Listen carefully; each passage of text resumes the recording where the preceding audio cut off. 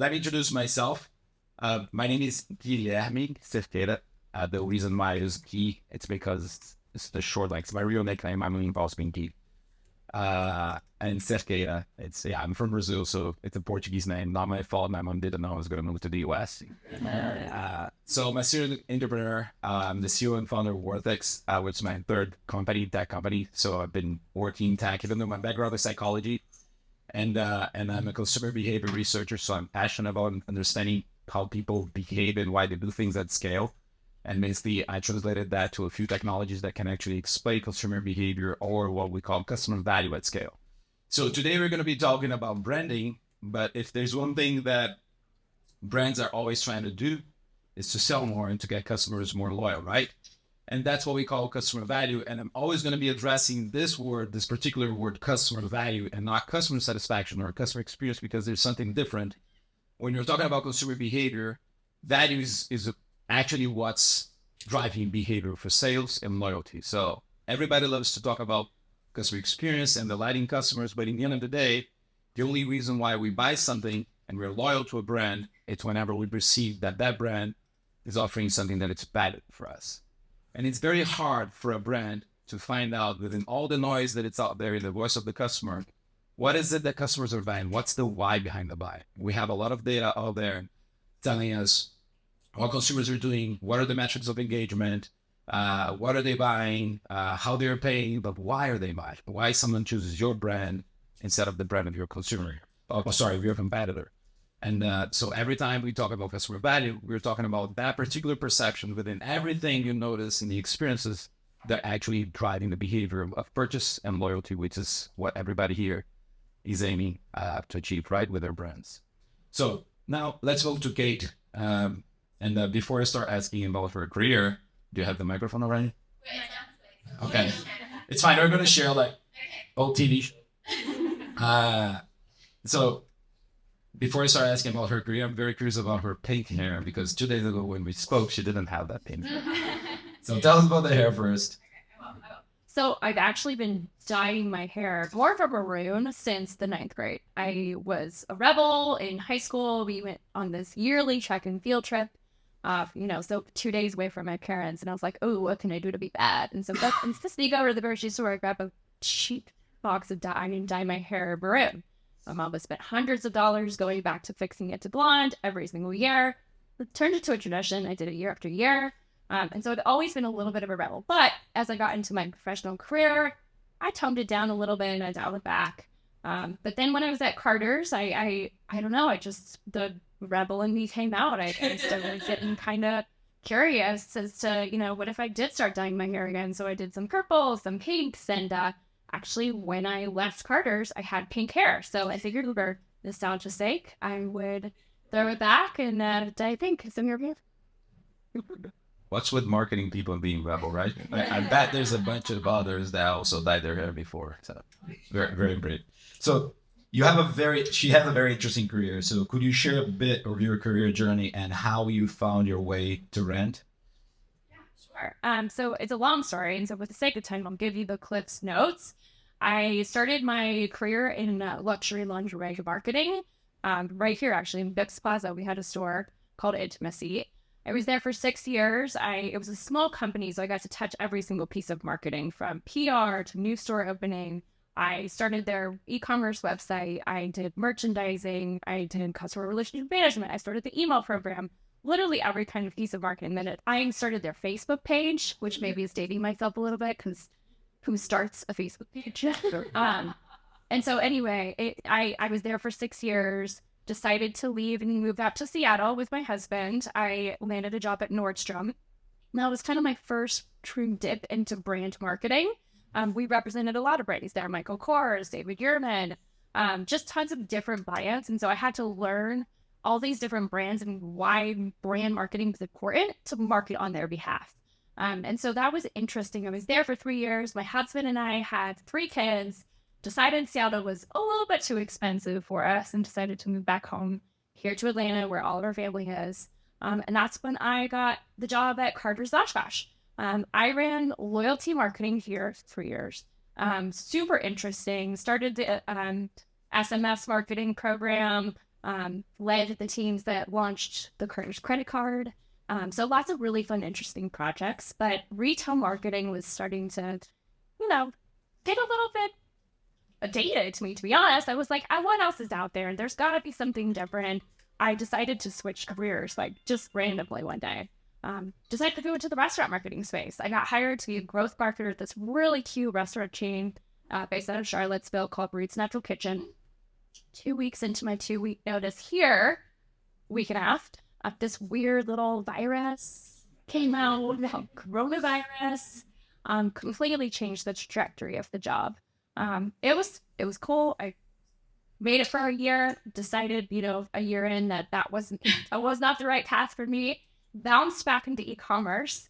And then I had my first true brand marketing job at Chewy. Chewy is based in South Florida. It's a pet company. I was the owner of the Frisco private label brand there. And so I was there for a year, crazy environment, very much like Amazon, like intense. And my leader at the time, her name was Kathy Newman. I don't know if anybody here knows her. She was here at Carter's and Oshkosh for probably about 8 years. She left to go to Chewy, and she was one of the reasons I went down there. She quit Chewy. And instead of staying at Chewy, I decided to follow the leader because she's a phenomenal leader. I'm really excited to be working with her at this new brand. And here I am, fast forward. That was not a very quick conversion story, so apologies. I'm at Red now, and we are in a completely new industry again. This is my first time with a dual-sided marketplace. And it's interesting. I love it. I own the brand here, and it's been a fun year and 3 months. And that's why, even though we're going to talk about micro influencers, I guess in the end, when we were having this conversation, we noticed that the most important thing was to talk about outsized results. And one thing that you can tell by her career path is that she went from a small store in the mall all the way to Rent, which is a web platform. And throughout this trajectory, throughout this career path, you had to basically learn how to hack your way into great results with probably very low budget in most of these situations. And it's very easy to hide behind a big budget, but when you have a small budget, how do you deliver outsized results, and how do you defend yourself against the CFO, which is, I guess, the job of most of us when you're trying to implement marketing strategies. So going back to the restaurant and the pandemic time, I know that initially you were hired to open new restaurants and to incentivize growth and find a path for this restaurant to grow quicker. But it seems that because of the little virus, you had to start using a bunch of knowledge that you have about retail and promotions, even though you're not a big fan of discounts that we can talk a little bit more about later. But how did you use all this knowledge that you had with Carter's to help save the restaurant that you were working for? Sure. So nobody knows how to run a good discount like Carter's and Oshkosh.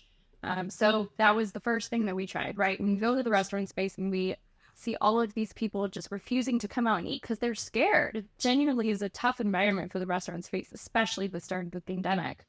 But when you've got a really great discount in front of people, then they start thinking, well, okay, maybe it makes sense to go out and just grab some food and support my local restaurant while I have the opportunity to do that. So that was one tactic that we tried, but we went a little bit deeper than that. So my time at Carter's and Oshkosh, I also worked on mobile app marketing.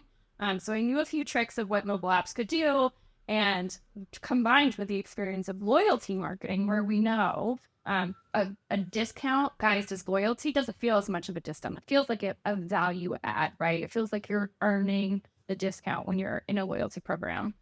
So we started a loyalty program for rapes. We started a referral program, just pulled all of the tricks out of the hat just to maintain business and protect demand. Luckily, we were able to keep all of our stores open. And then eventually, after, a 7 months or so, we were able to start opening the stores again. So it worked well. And definitely having the know-how from the retail days was incredibly important to keep that business alive. And I'm definitely glad that I got a small piece of that history.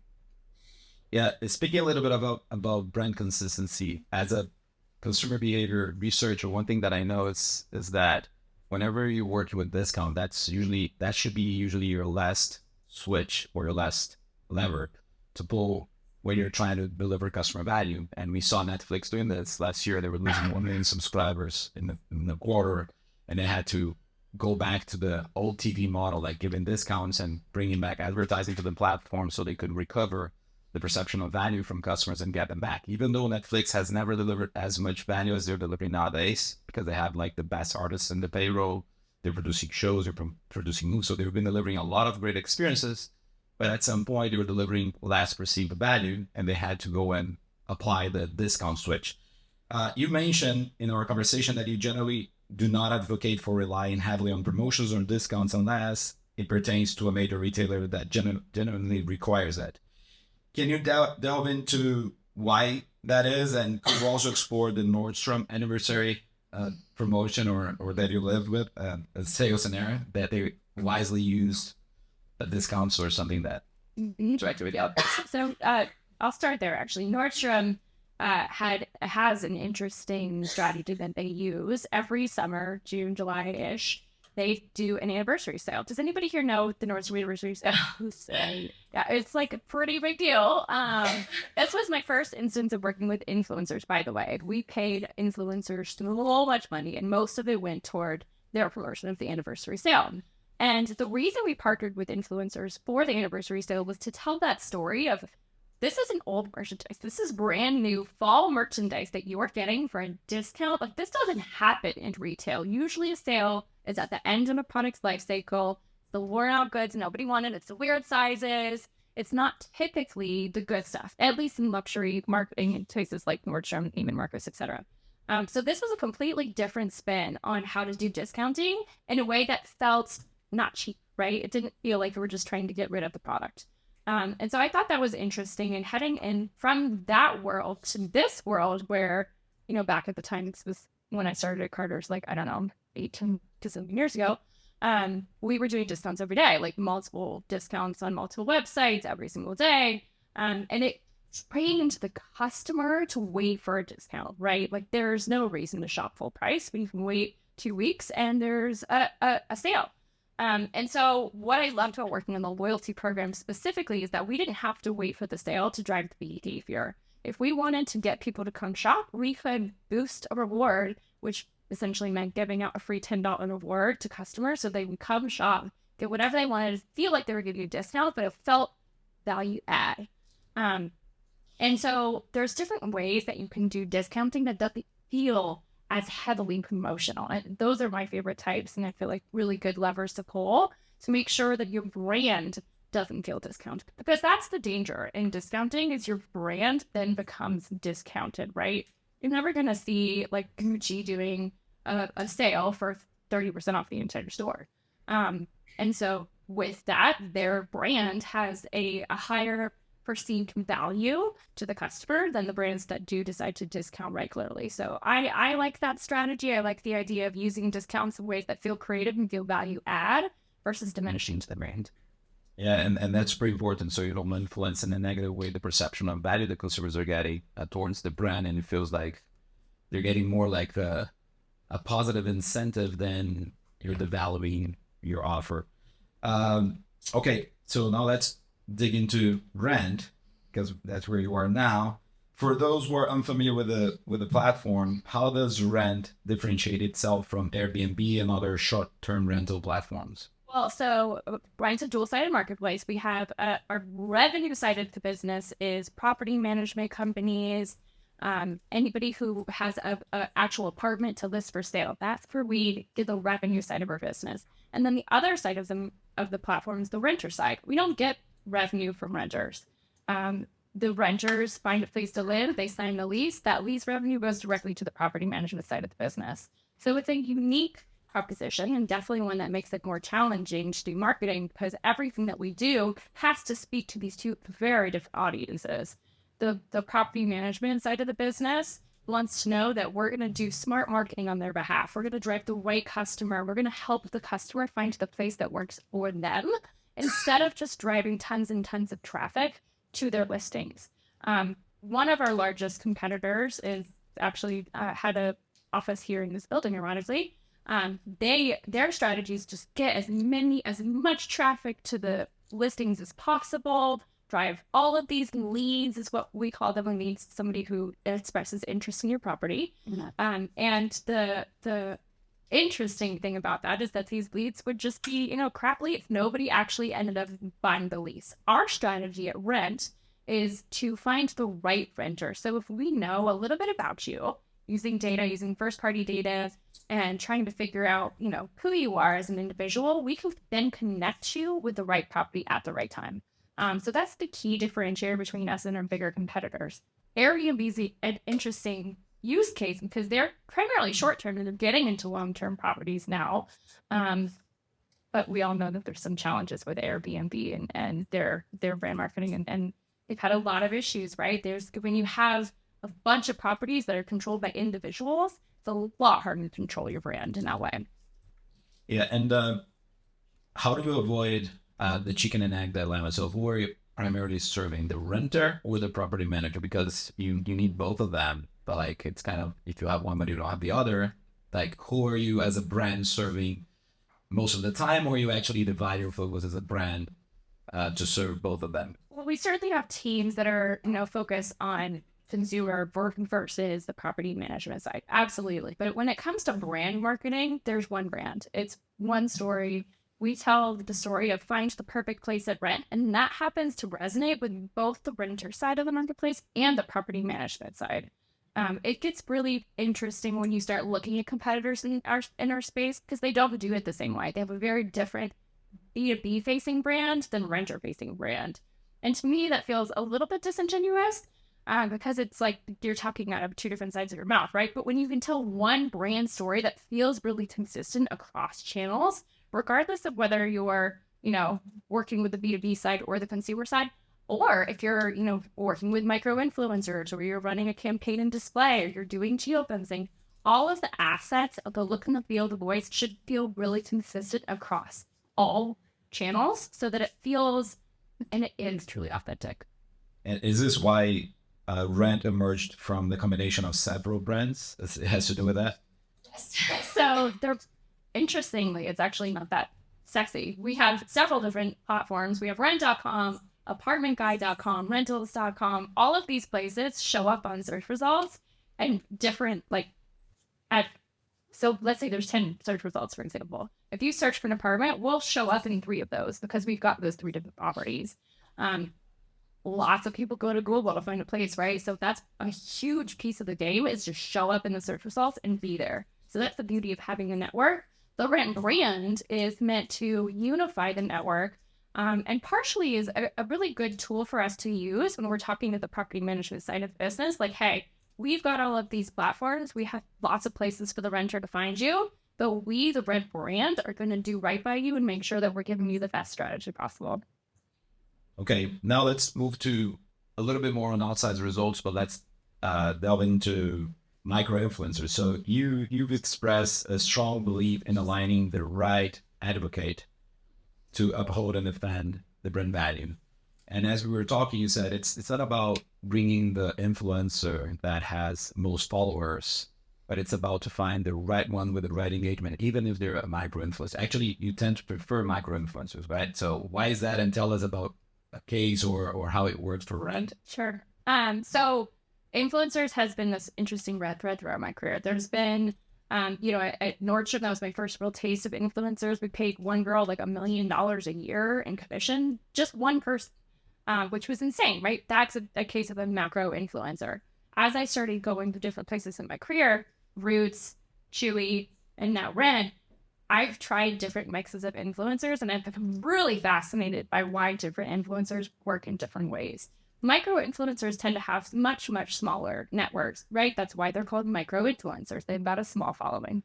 But what's interesting about them is that they're still so connected to so many of their followers that when they say something, people believe them. They're like, oh, I'm not, getting shoved all of this marketing messaging from a major brand. They're partnering with this influencer who I know and I really like, and they only have, 500, 1,000, however many followers. I actually believe what they're saying. And so we see higher engagement rates. We see more comments, more likes, everything that you would expect to see in an influencer program, we see more of when we partner with micro influencers. We've partnered at Chewy, we started partnering with pet influencers. That was super interesting. I will say pets are tremendously more effective than humans. And we tried it again with Rent, actually. We had the funniest campaign. I wish I would have brought examples, but you can dig down our feeds and find them. We had a funny campaign where we had a pet like showing you the user experience on the app and like looking for their perfect place. Outperformed our human campaign significantly. So really interesting. Just try the different things, right? A mix is a mix for a reason. The macro influencers have their reach. So definitely make sure you're not leaving out the macro influencers, but include micro influencers in the mix because their engagement and their authenticity is so much more outsized than the macro influencers. And there's something about influencers that I really love when you're talking about consumer behaviors that as humans, we like to, it's kind of in our DNA. We follow what the other people are doing because we assume that that's safe or that's the right way to behave. So during the pandemic, we ran a research and we several big brands participated on it, from UPS, Martha, the transportation system, a huge bank, and many other brands, and including like a big restaurant chain as well. And one thing that we noticed is that during the pandemic, social proof as a driver of behavior increased a lot. And what I'm trying to say with this is like, you guys probably remember that at some point people were removing their masks and not using their masks anymore, even though there was still a rule saying you should be using your mask because the virus is still out there. But because I'm seeing people removing their masks, I'm basically following the same behavior because it seems that it's safe. And I think that when it comes to finding the right influencers to your brand, it's kind of the same thing. If you go maybe, and that's my thesis, my opinion, by the way. If you go to an influencer that has too many followers, if it gets to a point where your audience thinks that it's fake, that it's like a TV ad, they no longer respect, so you're going to have a lower engagement. So maybe when you're still working with an influencer that has a smaller base, it feels more, I hate to use that word because everybody's using authentic. It feels more authentic, and you're more likely to get the engagement or the social proof that you're looking for that will drive the behavior that you're actually looking for in terms of sales, loyalty, or validation that you're trying to build and associate with your brand. So that's a fantastic. I love that topic. Social proof it's a big thing nowadays, especially in the digital world where we lost contact with the brands, like the humans behind the brands, right? Um, uh, let's move to real estate. Can be perceived as somewhat aesthetic industry. I would say boring industry.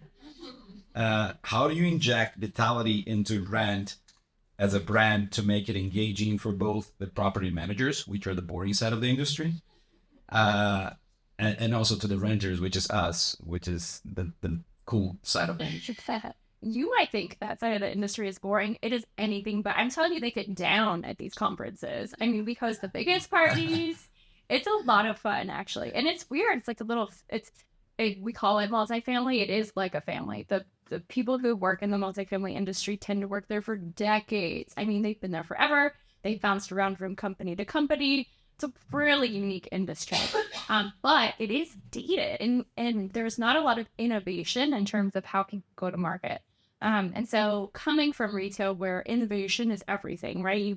You have to be super innovative. You have to get the attention of consumers because there's so much competition. So we breed innovation in retail. So coming from that and bringing that perspective to an industry that is a little bit old school has been really fun because we try things. We try cool influencer campaigns. We try new creatives that is just a little bit wild. And it's been unique. We've been able to try things that we haven't done before. There was no brand marketing at Rent or Apartment Guide before, just June of 2022. We're still a really new brand. And so the beautiful thing about the brand and the tough thing is that we have no brand awareness. It means that we can try more things and be a little bit more flexible with the targeting or the way we design our marketing. But it also means we don't have that blueprint for what works. And so it's definitely a challenge. And I'm really excited to see what happens in the next year because we've got some really fun ideas in the pike. And you mentioned that one way that you guys tackle the vitality thing, it's through having transparent initiatives. and being more empathetic with the customer journey. So throughout the customer journey, from the way you're handling the keys to the renters, and guide them on how to set the things inside of the apartment. Can you tell a little bit more on how do you consider the customer journey and how the brand exists in different moments of the customer journey? Absolutely. So the customer journey is everything. There's really no loyalty in the space. There's no reason to go to one particular listing service to find a place to live, because there's just been no good experience to date of, I'm finding a place to live. This brand had everything they needed. Usually you have to go around to multiple different listing services and do so much research. You have to go to properties to find a place to live. It's kind of a lengthy and tedious process. So having a way to show what that journey looks like, partnering with influencers is a huge way to do it. And when you partner with micro influencers, you actually get a lot more people for your budget who can show, okay, so here's how you find a place to live at rent. You can put on these filters. They've got these awesome pictures. They do 3D tours. You can schedule an in-person tour right on the spot. It's so incredibly easy. And having influencers tell that story and just figuring out ways to tell the story to the consumer, period, is really impactful way to show what the journey could and should look like. And in addition, we're building out a series of resources to help renters, especially first-time renters who are like, what is a lease? What do I do? Why do I have to pay rent upfront? So it's important to show people why and how it works. And help teach people throughout the process how to do it in a way that feels super helpful. And so just being that helpful resource, I think, is going to grow tremendous brand loyalty over time. Still early days, but it feels like a good stretch. One thing in a software company and a software as a service company that we care a lot about is loyalty, because one of our key metrics to survive is our customer acquisition cost, or CAC, versus our LTV, right? Curiosity. How loyal are your customers, like the renters? Because you rent an apartment and then are you going to rent them again when? And like you probably put a lot of effort in acquiring your customers, and probably costs a lot of money. And you probably need to get that money as fast as possible because you don't know when it's going to happen again. So do you see loyalty in your industry and with your customer?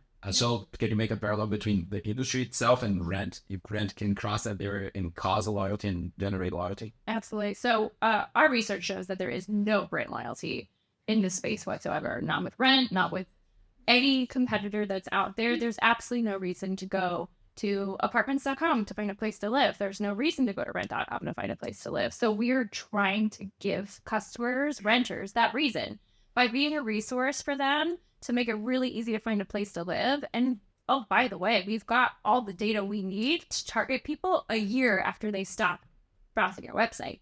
But chances are, if they stop browsing your website, it's because they signed a lease. And chances are that lease is 1 year, right? So why not use that data to target those people in a year and be like, hey, looking for a place to live again?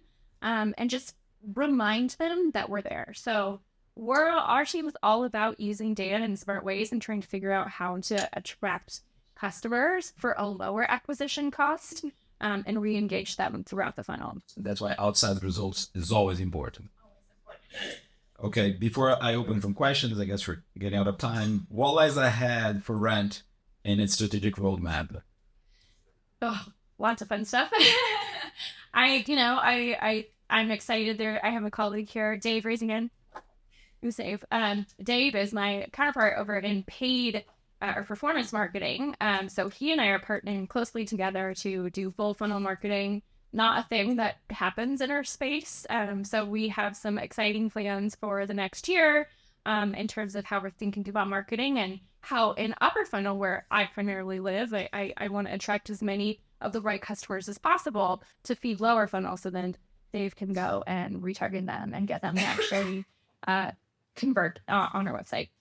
So that's one thing that we're working on that I'm really excited about. We have a whole calendar of brand events that I can't share with you yet because I don't want to tip my hat to any of the competitors. They're right in the same building. Aren't any of you, by the way, competitors? But I will encourage everybody here, find us at Med Social on Instagram and find us on Met Talk on TikTok. I think you'll be really entertained by what we've got in the works. Okay, that's great. Any questions to Kate?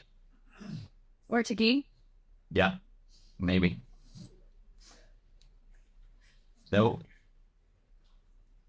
That means we either did a really good job or Yeah, I guess. Yeah, I guess we explained everything to the detail. Thank you so much, then. Thank you, everybody. You did it.